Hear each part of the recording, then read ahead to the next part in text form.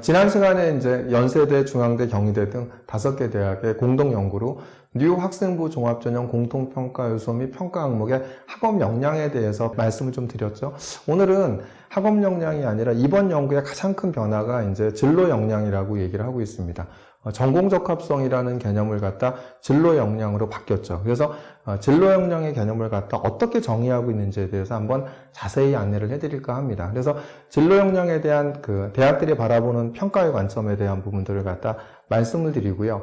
여기에 적합한 저희들이 이제 저희랑 같이 준비했던 학생들이 인문 계열과 그 다음에 의학 계열 또는 이제 공대에 합격한 학생들의 사례까지 함께 설명을 한번 드리고자 합니다. 그래서 저희들이 준비시켰던 학생들이 이렇게 내신이 부족했지만 어떻게 내신을 극복하고 합격할 수 있는지가 바로 이제 이런 뉴 학생부 종합전형 공통평가 요소 및 평가 항목에 적합하게 활동을 했기 때문에 합격을 하지 않았나 생각이 듭니다. 대학의 요번에 가장 큰 변화가 전공 적합성에서 진로 역량이라고 얘기를 했죠. 그래서 한번 다양하게 진로 역량에 대해서 한번 알아보는 시간을 갖도록 하겠습니다. 자, 전공 적합성이 이렇게 바뀐 거죠. 전공 관련 교과 이수 노력, 전공 관련 교과 성취도, 진로 탐색, 활동과 경험인데 제목에 대한 부분이 전공 적합성에서 뭘로 바뀐 거죠? 이렇게 진로 역량으로 바뀌었죠. 그래서 이제 이렇게 진로 역량으로 이제 바뀐 이유에 대해서 이렇게 얘기를 합니다. 이번 연구의 가장 큰 변화는 전공 적합성을 진로 역량으로 평가 요소를 변경한 점이다. 그러면서 뭐라고 했냐면요. 대학의 전공 계열 맞춤형 활동을 강조한 전공 적합성보다는 장래 희망과 관련한 다양한 활동과 경험을 의미하는 진로 역량이 넓은 의미를 담고 있다. 제가 학생들 지도하다 보면은요, 이런 학생들이 되게 많습니다. 스토리를 만들어야 돼. 스토리를 만들어야 돼. 그래서 어떻게 하냐면, 나는 신경과 의사가 될 거야. 그럼 이 학생들의 모든 학생부는 뭐가 뇌과학에다, 그 다음에 알츠하이머에, 치매, 계속 모든 것들이 이렇게만 돼 있어요. 근데 이제 항상 그런 것들이 필요하지 않냐? 필요는 하겠죠. 근데 모든 스토리들이 그렇게 된다고 한다면 그게 의미가 있냐? 큰 의미는 없습니다. 학생부 종합전형의 핵심은 제가 누누이 말씀드렸지만 이 학생이 대학에 들어와서 학업을 수행할 수 있어 이 능력을 보고자 하는 거거든요. 그렇다고 한다면 내가 신경과 의사가 된다고 해서 내가 신경과로 들어가나요? 그렇지 않죠. 대학에서는 예과 과정이라는 것이 2년이라는 그 2년의 예과 과정이 있죠. 대학에서에 대한 기본적인 것은 예과 과정 가르치는 게 뭐가 있겠습니까? 분자생물학, 미생물학, 면역학, 유전학, 생화학, 생리학 이런 다양한 이제 의생명과학 관련된 교과 과정에 대한 부분들을 학습을 하죠. 그래서 학생부 종합전형의 가장 큰 핵심은 고교와 대학의 연계교육 과정에서 교양 과목이라든지 전공 기초 과목에 대한 부분들을 제가 누누이 말씀드리지만 교양도서 읽고 심화도서 읽고 심지어는 전문서적 읽으면서 깊이 있게 공부한 후 그렇게 공부하는 과정들을 통해서 내가 뇌과학에 관심이 있어서 알츠하이머에 대해서 치매에 대해서 이렇게 공부하는 것들이 더 의미 있게 평가를 받고 저희 같은 경우에는 많이 합격을 하더라는 겁니다. 그래서 항상 제가 학생들한테 얘기할 때 학생부 종합전형에서 고교와 대학의 연계교육 과정은 학습이 배제된 스토리만을 만드는 활동들은 의미가 없다. 계속 이렇게 말씀을 좀 드렸죠. 근데 똑같이 얘기하지 않습니까? 전공 관련 활동보다는 그죠? 진로 역량이 넓은 의미를 담고 있다. 그래서 여기서 뭐라고 했냐면 학업 역량이 고교 교육 과정의 전반적인 학업 수준과 능력을 말한다면 진로 역량은 뭘 얘기하는 거죠? 대학 입학 후 해당 전공을 수학할 때 필요한 기초 소양과 자질을 의미한다. 제가 앞에서 언급했던 이런 것들을 얘기하지 않나요? 진로 역량이라는 건 뭐냐면 나 대학에 들어가서 이 수업을 따라갈 수 있는 능력을 갖추고 있어요. 그래서 이렇게 교양도서 읽고 심지어는 교양도서 읽고 전문서적 읽고 심지어는 관련된 논문도 읽고 강의도 들으면서 이런 학업에 대한 배경 지식을 쌓았고 그래서 나 대학에 들어가서 이런 수업을 따라갈 수 있는 능력을 갖추고 있어요를 갖다 보여주는 것이 바로 뭐다? 진로 역량이라는 겁니다. 진로 역량에 대한 정의를 갖다 그래서 조금은 이제 이렇게 좀 학생들이 너무 스토리만을 짜는 이런 활동보다는 이 활동도 필요하지만 누누이 말씀드리지만 고교와 대학의 연계교육 과정에서 대학에서 필요한 기초 소양에 대한 기초 교과목, 교양 과목, 전공 기초에 대한 과목을 학습하는 그 중에서 관심 있는 분야를 갖다 한두 가지 정해서 내가 깊게 탐구 활동을 하는 것이 바로 학생부 종합전형에서 좋은 평가를 받는 게 아닌가 이렇게 생각이 듭니다. 여기서도 얘기하고 있죠. 이제 평가에서 진로 역량에서 전공 관련 교과 이수 노력은 뭐냐라고 보면은 전공 관련 교과 이수 노력, 전공과 관련된 과목을 적절하게 선택하고 이수하는 과목은 얼마나 되는가. 여기서 중요한 게 뭐냐면 진로 선택 과목 수까지 보겠다라는 겁니다. 양적인 측면도 이제 보겠다라는 거죠. 전공과 관련된 과목을 이수하기 위하여 추가적인 노력을 하였는가? 내가 하고 싶어 하는 과목이 있는데 나 고급 생명과학 하고 싶은데 우리 학교에는 없어요. 그럼 어디다? 공동교육과정 들어라. 근데 공동교육과정도 개설이 안 돼. 그럼 교실에 온다과 같은 온라인 수업을 들으면서 노력을 하라는 거고요. 그런데도 뭐 교실 온다조차도 개설이 안 돼. 그러면 동아리를 만든다니까 서적을 읽으면서 네가 스스로 고급 생명과학에 대한 부분들을 갖다 학습한 노력한 과정을 나타내라고 얘기하는 거죠. 선택 과목은 교과목 학습 단계, 위계가 뭐죠? 난이도하고 수준이죠. 교과목 학습 단계, 난이도의 수준에 따라 이수하였는가. 그래서 지난번에도 얘기했지만 학업 태도라는 게 뭐죠? 내가 진로와 관련된 부분들에 대해서 고교학점제니까 너 이제 고교학점제에서 학생 선택형 교과목에 대한 것이 보장이 되니까 너 깊이 있는 난이도 있는 과목을 갖다 얼마나 노력을 했니? 얼마나 이수하게 노력을 했니? 이거를 보겠다고 하는 거죠. 똑같은 거죠. 교과목 학습 단계에 따라 이수하였는가를 갖다 보겠다라는 거죠. 고교학점제 교육과정의 변화를 반영하여 보다 세밀한 잣대를 마련하고자 지난번 전공 관련 교과목 이수 및 성취도가 이렇게 하나로 있었죠. 이 부분을 갖다 전공 관련 교과 이수 노력과 그 다음에 전공 관련 교과 성취도 분리를 했다. 이렇게 얘기를 하고요. 대학은 고등학교 교육과정에서 희망 전공과 관련하여 적절하게 과목을 선택하여 이수하고 있는지를 평가한다. 학교에 개설 과목이 없는 경우, 공동교육과정, 온라인 수업, 동아리, 독서 등 개인적인 학습 노력으로 보완할 필요가 있다. 대면이든지 비대면이든지 관계없이 학교가 개설하지 않은 희망 전공 관련 과목을 공동교육과정으로 찾아 듣거나 난이도나 수준이 높아 수강을 회피하는 소인수 과목을 수강한다면 학습 태도와 의지를 높이 평가한다. 여기서 뭐라고 하죠? 대면이든 비대면이든 학교에서 개설이 안 되면 이렇게 공동교육과정 온라인 수업, 동아리 독서 등을 통해서 개인적인 노력도 보겠다라고 얘기하는 거죠. 이런 부분들 되게 의미 있게. 자, 이제 근데 합격한 학생들의 그 세특 사례를 보겠습니다.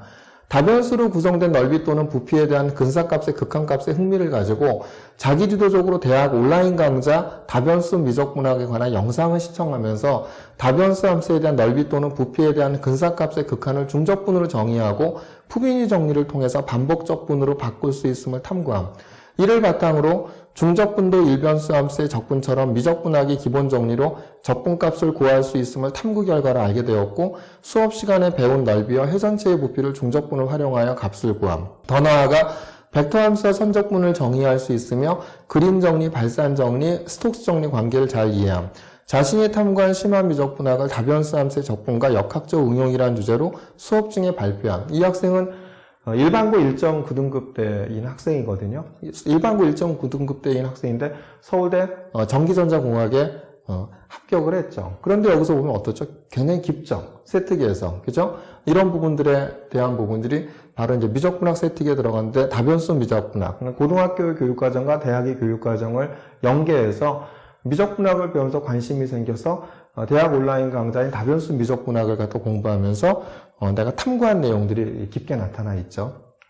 자, 이제 교과 성취도에 대한 부분들은 전공과 관련된 과목의 석차 등급, 성취도, 원점수, 평균, 표준 편차, 이수 단위, 수강자 수, 성취도별 분포 비율 등을 종합적으로 고려한 성취 수준 적절한가? 그다음 전공과 관련된 동일 교과의 일반 선택 과목 대비 진로 선택 과목의 성취 수준은 어떠한가? 이런 부분들을 보겠다고 얘기하는 거죠. 그래서 전공과 관련한 과목을 얼마나 이수화했는지도 평가하겠다. 과목에 대한 얼마나 다양한 부분도. 그래서 결국은 이수 과목 수와 이수 단위 적정성 등과 같은 양적 측면도 평가 대상이다. 그래서 진로 선택에 대한 부분들이 심화된 과목을 갖다 많이 하면 많이 이수할수록 긍정적으로 평가를 하겠다는 얘기죠. 그 다음에 자신의 진로 희망에 따라 일반 선택 과목과 진로 선택 과목을 학습 단계에 따라 체계적으로 학습하고 있는가를 평가하고 학습 단계에 맞게 난이도와 수준을 높여 탐구하는 과정도 평가하는데 활동의 충실도도 평가한다. 결국은 뭐냐면 위계에 따른 진로 선택 과목을 갖다 학습을 하고 학습 단계에 따라서 탐구도 하고 있는지도 같이 평가를 하겠다라고 이렇게 얘기를 하고 있죠.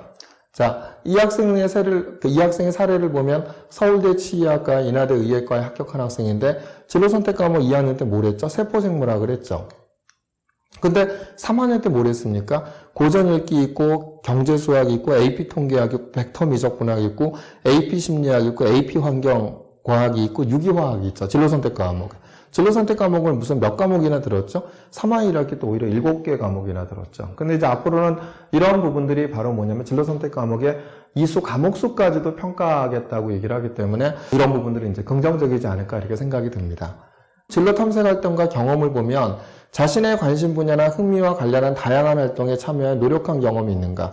그 다음에 교과 활동이나 창의적 체험 활동의 전공에 대한 관심을 가지고 탐색한 경험이 있는가? 이렇게 되어 있는데 이런 부분들을 얘기하는 거죠. 고교학점제가 실시되면 모든 선택 과목이 성취평가제가 평가되어 교과 정성평가의 필요성은 더 커질 것이기에 일반 선택 과목과 진로 선택 과목의 성취를 비교하여 평가하겠다. 앞으로는 이제 일반 선택 과목도 고교학점제가 본격적으로 시행되면 등급제가 아니라 성취도가 되죠. 단순히 그렇게 되면 성취도가 된 단순 내신에 대한 의미는 없죠. 그래서 교과 정성평가를 하겠다라는 생각들을 갖다 대학들은 갖고 있고요. 그래서 지금은 아직은 이제 그 과도기적인 체제죠. 그래서 이제 어느 등급에 나와 있는 일반 선택 과목과 그다음에 진로 선택 과목에 대한 부분 등급과 성취도를 비교해서 평가하는 이런 부분의 노력을 갖다 하겠다라고 얘기하는 거죠.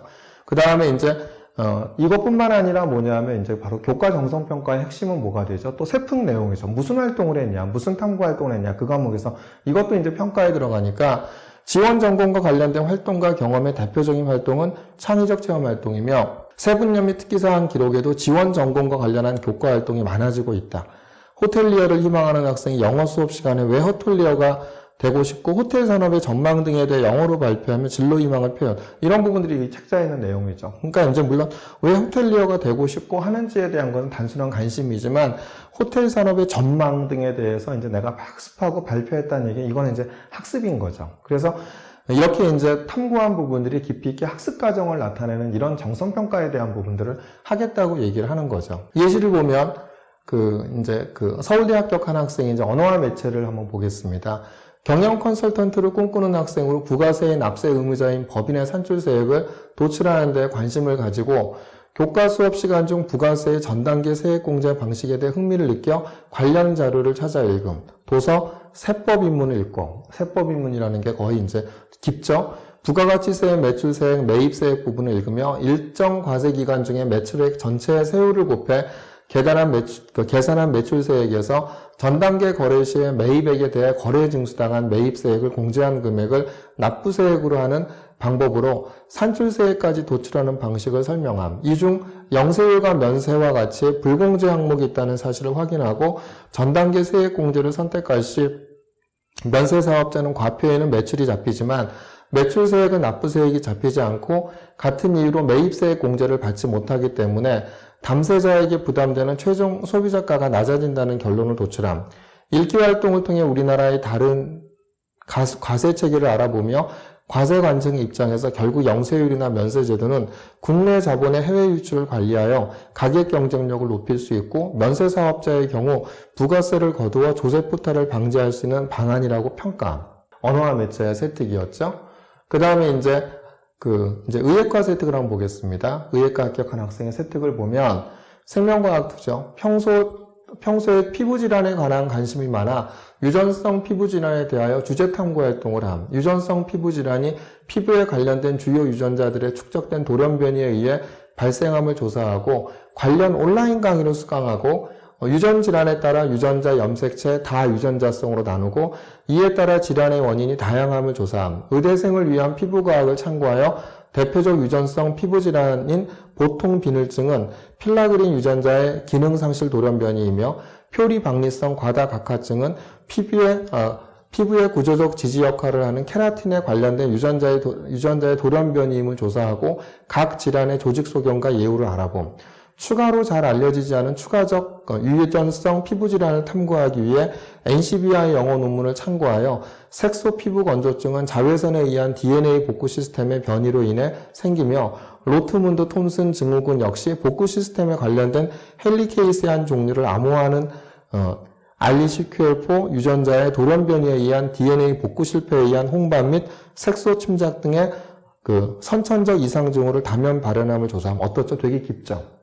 이런 학생들이 바로 이제 이렇게, 요번에 이제 의대에 합격한 학생이 내신이 좀 부족했었죠. 내신이 부족한데도 이런 깊이 있는 어떤 학습과 탐구를 통해서 합격한 사례의 예시를 갖다 보여드린 겁니다. 그래서, 이제 이렇게 제가 그 예시랑 같이 보여드리는 것은 바로 뭐냐면, 저희가 이렇게 지도했던 학생들이 내신이 부족했는데 합격을 했어. 다 이런, 이렇게 합격한 사례들은 지금 이제 연대, 중앙대, 경희대 등이 발표한 뉴 학생부 종합전형 공통평가에서의 평가 항목에 맞춰서 저희들이 이렇게 준비를 해왔고, 이런 내용들이 학생부와 자소서에 나타났기 때문에, 좋은 결과가 있지 않았나 생각이 듭니다. 그래서, 뉴 학생부 종합전형 공통평가에서의 평가 항목에, 그걸 갖다 이렇게 반복해서 읽어보셔서, 필요한 1, 2, 3학년들 모두 그죠? 학생부의 이런 대학들이 원하는 어떤 평가 항목과 평가 요소를 나타낸다고 한다면 학생부 종합전에서 좋은 결과가 있지 않을까